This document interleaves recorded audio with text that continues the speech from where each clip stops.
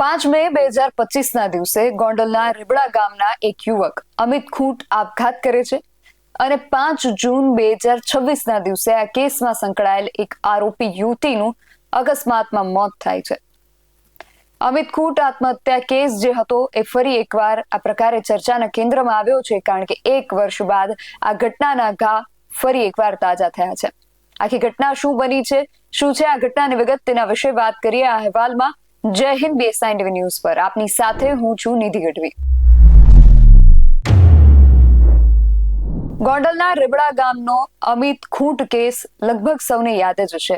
આ કેસની અંદર મે 2025 એક સગીરા દ્વારા એવો આરોપ મૂકવામાં આવે છે કે રીબડા ગામનો જે યુવક છે અમિત ખૂંટ, એમના દ્વારા એ સગીરા સાથે બળજબરીપૂર્વક શરીર સંબંધ બાંધવામાં આવ્યો હતો.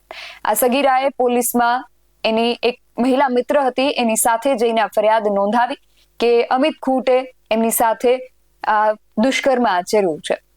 આ સગીરા અને એની સાથે એની જે મહિલા મિત્ર હતી પૂજા રાજગોર, આ બંનેની સામે ત્યારબાદ હની ટ્રેપની સામે ફરિયાદ નોંધાવવામાં આવી, કારણ કે 5 મે 2025 દિવસે જે આરોપી યુવક જે હતો, જેમની ઉપર આ સગીરા અને એમની જે મહિલા મિત્ર પૂજા રાજગોર હતા એ આક્ષેપ કરી રહ્યા હતા, એ અમિત ખૂંટ આત્મહત્યા કરી લે છે અને એ સુસાઇડ નોટમાં બધાના નામ લખીને જાય છે અને સામે હની ટ્રેપની ફરિયાદ અમિત ખૂંટના જે ભાઈ છે એમના દ્વારા નોંધાવવામાં આવે છે.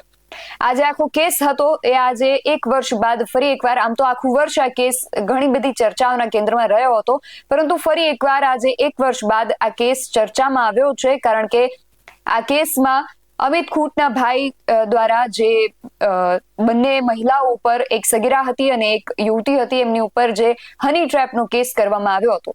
આ કેસમાં જે આરોપી યુવતી હતા પૂજા રાજગોર, એમનું ગઈકાલે અકસ્માતમાં મોત થયું છે. સૌથી પહેલા તો અકસ્માતની આખી ઘટના શું હતી તેમના વિશે તમને વાત કરું તો શ્રીનાથગઢ અને મોવિયા ગામ વચ્ચે એક સ્કોડા કાર હતી, એ સાઈડના વૃક્ષ સાથે ધડાકાભેર અથડાય છે અને અકસ્માત સર્જાય છે. અને આ જે દુર્ઘટના હતી એમાં આ જે યુવતી છે, કારમાં સવાર યુવતી હતી, એમનું ઘટના સ્થળે મોત થયું હતું, જ્યારે 5 વર્ષની બાળકી સહિત 4 લોકો હતા એ ગંભીર રીતે ઈજાગ્રસ્ત થયા હતા.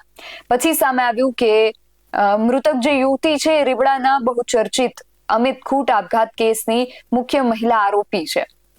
સાસણથી આ લોકો પરત ફરી રહ્યા હતા ત્યારે એમની કારને અકસ્માત નડ્યો હતો. એ પણ ઉલ્લેખનીય છે કે ચકચારી સગીરા દુષ્કર્મ કેસ જે હતો એમાં પછી અમિત ખૂંટે આપઘાત કર્યો, એટલે એ પછી એમના જે ભાઈ હતા એમણે પૂજાને માસ્ટરમાઇન્ડ ગણાવી અને એમની સામે ફરિયાદ નોંધાવી હતી. અને પૂજા જે છે એમણે અગાઉ પણ 2 માસનો જેલવાસ ભોગવ્યો હતો અને અત્યારે એ જામીન પર બહાર હતા.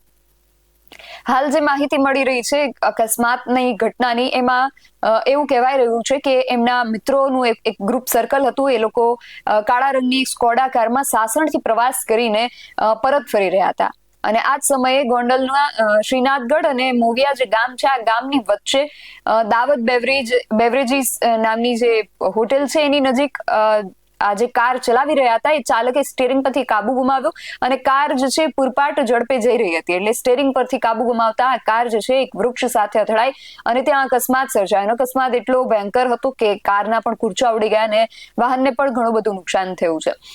આ જે કાર છે, ઘટના સમયે કારની અંદર લગભગ 5 જેટલા લોકો સવાર હતા, એમાંથી એક યુવતી પૂજા રાજગોરનું અકસ્માતમાં મોત થાય છે, જ્યારે બીજા 4 લોકો છે કારની અંદર.